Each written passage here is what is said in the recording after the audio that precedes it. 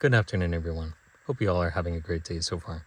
So today, for those of you who are OGs to the channel, you'll probably remember this vehicle in which I installed the Android head unit inside this Honda Accord 2010. However, today we are facing a slightly different issue. Our driver's side door is having some intermittent issues with the door lock, so we will be replacing the door actuator with this replacement one here. So without further ado, let's go ahead and get started. So the first thing that we are going to do is remove the negative terminal from the battery, if you have not already, as we are going to be unplugging several electronics while going through this procedure. And the second thing that we are going to do is, starting from this tweeter speaker here, we can go ahead and pull back directly on it. And we have a harness over here that's connected directly to the tweeter. And we can press on the harness from behind and remove it like so. After the tweeter speaker has been removed, there is this back plate with a small notch right here in the center, which we will need to push down on in order to release this cover from the rest of the housing. After the cover has been removed, you will see 3 Phillips head screws, which we will need to remove as well. After those 3 screws have been removed, we can move down lower on the door handle toward this open space here. And inside we have this rubber cover, which we can simply peel back to reveal yet another screw, which we will remove. After you have removed that screw, you can navigate lower on the door trim to a plastic cover underneath the door, which can be removed with a flathead screwdriver inside this notch. And after that cover has been removed, we can remove this harness by lifting upwards on that plastic tab and pulling it outwards towards you. After doing so, the harness for the window controls should completely disengage. There is also a Phillips head screw here that needs to be removed as well. Once all of those screws have been disengaged and those 2 harnesses have been released, we can begin to remove the door trim from the door itself. I prefer to start at the bottom corner of the door and pull towards myself until the plastic tabs start to release, working around the perimeter of the door, releasing all of those plastic tabs until it is hanging from just the top. From there, you can lift the door upwards from the window channel and then move it towards you, bearing in mind that the door is still connected to the door handle with these 2 cables. With the flathead screwdriver, you can pull the door handle towards you and then slide it through the opening. There is one harness down below, which can be released by pressing upwards on this plastic locking tab and then pulling it outwards towards you. Once that harness has been released, we can slide it through the opening of the door and move on to the next step. Now that the door panel trim has been completely removed, we can move on to looking at the door itself. There are a few different ways to do this, and since this is a fairly common failing part, it looks like someone has been inside here already due to the fancy securing methods here. However, what I prefer to do, since this is a bit of an older vehicle, and since this adhesive is fairly sticky, some of the materials here are easily ripped, I prefer to leave the door handle connected as it is and pull back very slowly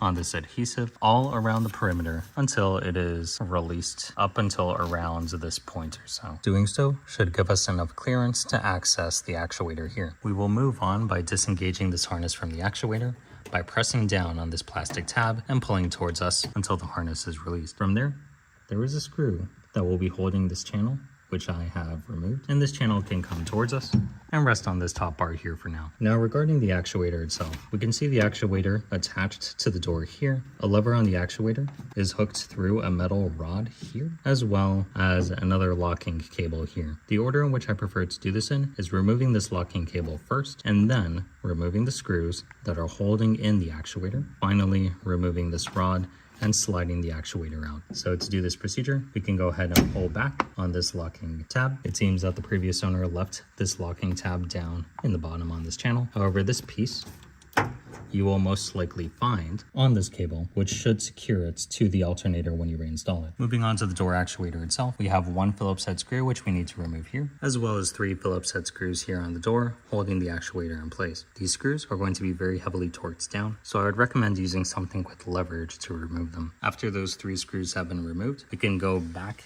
inside the door, and we can remove the actuator itself by moving it outwards and then pulling it down towards us until the actuator is released. To release the actuator, we simply need to remove these 2 cables, and I prefer to remove these by removing the second cable first by popping it out of place and then twisting this mechanism to the side and then towards you to pop it out of this channel. For the next cable over here, we simply pop it out of place and then we twist it inward. We pull it upwards and then twist it out so that it comes out of place like so. And here we have the old actuator and the new actuator. The old actuator looks to be another replacement. This is not an original part. However, for the purposes of this video, we will be installing this replacement part for this procedure. Installation of the new part is more or less the reverse of removal, in which we will take this cable, slide this mechanism all the way forward, and apologies for the bad camera angle. This is very difficult to do with one hand.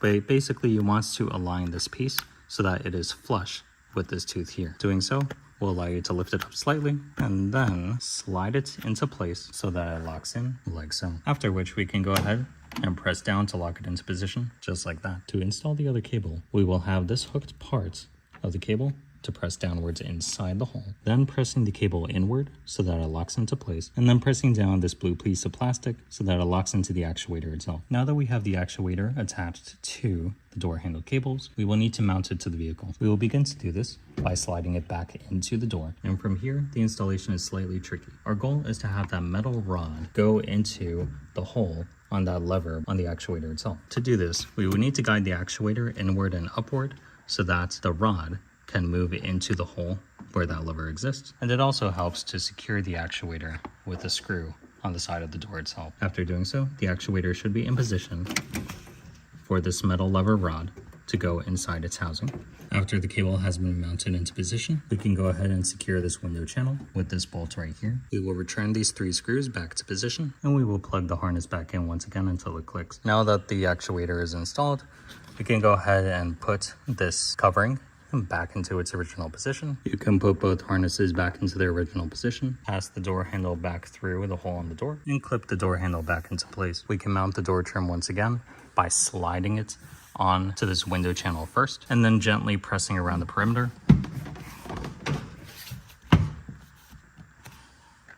until all of the locking tabs clip into place. Below the door handle, we can place that small Phillips head screw back into position, as well as making sure both of these harnesses are secure, and then snap the cover back into place. We will replace the screw and the handle cover inside this door handle, as well as the 3 door handle screws, which we removed earlier, snapping that plastic cover back into place, connecting the harness for the tweeter, and pressing the tweeter cover back into place. And there you have it. That is the full procedure for replacing the driver's side door lock actuator on a 2010 Honda Accord. I'm going to go through some more testing with this. However, if you found the video helpful, please consider subscribing, as it helps the channel a lot, as well as liking the video. Always appreciate that. And if you have any questions, feel free to leave those down in the comments as well. But in any case, that's it for today's video. So once again, thank you all for watching, and thank you all for sticking around through all of these videos. It really means a lot to me. I hope this information was helpful to you. So thank you all for watching, and I hope you all have a great day. Take care.